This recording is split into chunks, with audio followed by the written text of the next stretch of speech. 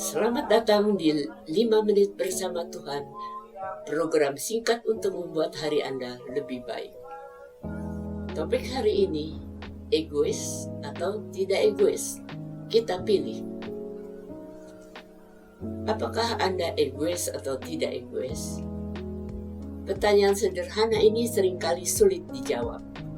Meskipun kita melihat perbedaan tersebut pada orang lain, kita mungkin tidak menyadari hal tersebut dalam diri kita sendiri. Pendekatan egois berfokus pada aku terlebih dahulu. Kita ingin apa yang kita inginkan saat kita menginginkannya. Orang dan hal lainnya menjadi nomor 2. Pendekatan tidak egois berfokus pada orang lain. Kita melihat kebutuhan dan keinginan mereka dan berusaha menolong mereka bila kita mampu melakukannya. Apakah ketidakegoisan berarti kita mengabaikan kebutuhan kita sendiri? Tidak. Sambil berfokus pada orang lain, kita juga memenuhi kebutuhan kita sendiri agar dapat menjadi penolong yang terbaik. Dalam Alkitab, Yesus menjawab pertanyaan tentang perintah yang utama. Kasihilah Tuhan Allahmu dengan segenap hatimu, dengan segenap jiwamu, dan dengan segenap akal budimu. Itulah hukum yang terutama dan yang pertama. Dan hukum yang kedua adalah kasihilah sesamamu manusia seperti dirimu sendiri. Itu Matius 22, 37-38. Meskipun Yesus menekankan pentingnya mengasihi Tuhan terlebih dahulu dan orang lain kedua, perhatikan kata-kata terakhir. Kita harus mengasihi sesama manusia, orang lain, seperti dirimu sendiri. Tuhan menciptakan kita semua menurut gambarnya. Kita harus menghargai anugerah tersebut dalam diri kita sendiri maupun orang lain. Kita menggunakan kemampuan unik dari Tuhan untuk melayani orang di sekitar kita dan membuat dunia menjadi tempat yang lebih baik.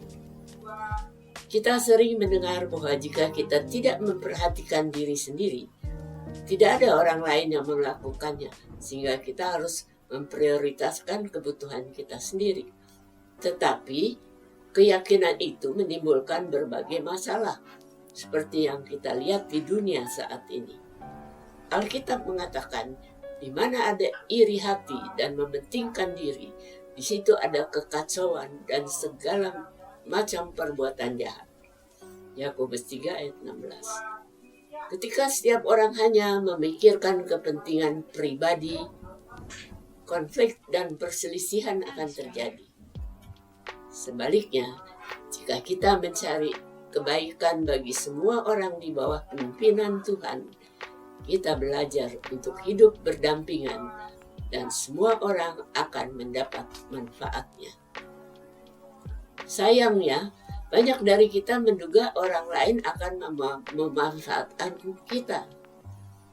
Akibatnya kita memutuskan untuk menyakiti mereka sebelum mereka menyakiti kita. Kita melihat dampak jangka panjang dari pendekatan tersebut, di mana hubungan kita memburuk dan semua orang menderita. Hubungan baik sangat penting dalam segala aspek kehidupan.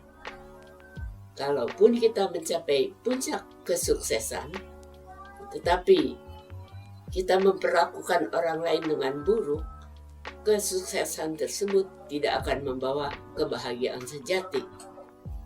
Rencana yang lebih baik melibatkan hubungan positif dengan atasan, karyawan, dan rekan kerja. Ketika semua orang bekerja sama, bisnis dan mereka yang bekerja dalam perusahaan itu memiliki kesempatan lebih besar untuk berkembang di pasar yang kompetitif. Alkitab mengingatkan kita, dan sebagaimana kamu kehendaki supaya orang perbuat kepadamu, perbuatlah juga demikian kepada mereka. Lukas 6 ayat 31. Artinya, Perlakukan orang lain seperti yang kita ingin orang lain lakukan terhadap kita. Tidak berarti kita tidak pernah mempertahankan diri. Kita bisa memperjuangkan hak kita tanpa menyakiti orang lain. Daripada menggunakan pendekatan agresif dan konfrontatif, kita memilih untuk asertif, bertindak tegas. Kita menyampaikan ide kita dengan jelas dan percaya diri, serta sikap positif daripada negatif. Meskipun terdengar paradoks, tetapi bila kita memberikan prioritas untuk menolong orang lain, kita juga membantu diri sendiri. Tuhan menciptakan kita sebagai makhluk sosial. Alkitab mengatakan, dengan tidak mencari kepentingan sendiri atau puji-pujian yang sia-sia. Sebaliknya, hendaklah dengan rendah hati yang seorang menganggap yang lain lebih utama daripada dirinya sendiri. Dan janganlah tiap-tiap orang hanya memperhatikan kepentingannya sendiri, tetapi kepentingan orang lain juga. Filipi 2:3 dan 4. Ketika kita memilih untuk tidak mementingkan diri sendiri, semua orang diuntungkan. Cobalah pendekatan ini dan lihatlah hasilnya. Semoga 5 menit bersama Tuhan menjadi bagian dari hidup kita setiap hari. Sampai jumpa lagi. Ingatlah, Tuhan mengasihi Anda.